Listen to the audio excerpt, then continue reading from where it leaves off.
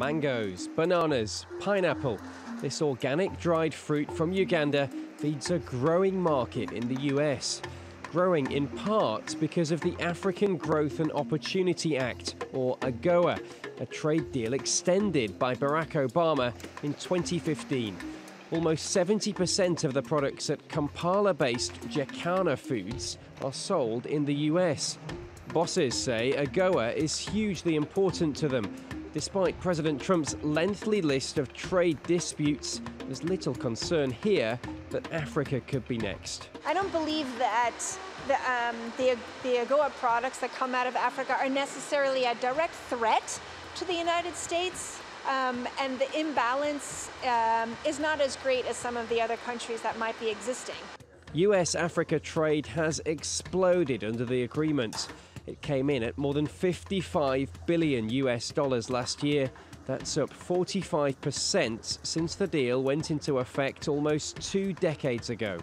President Trump's protectionist policies haven't been felt by Africa yet. In fact, many African business leaders say it seems as though he's ignoring trade with the continent altogether. But others are more sceptical about the future. At this week's Africa Trade and Investment Summit in Washington, there seem to be more questions than answers. Stability is more in Africa now when it comes to the governments and how they react, as opposed to here in Washington. The reality is that, you don't want to have a situation where your business with the continent, or vice versa, is dependent upon the administration. And how they feel about what products you're actually selling. I haven't heard this administration talk about trade. It's about what they want to sell to Africa. They want to make it a one-way traffic.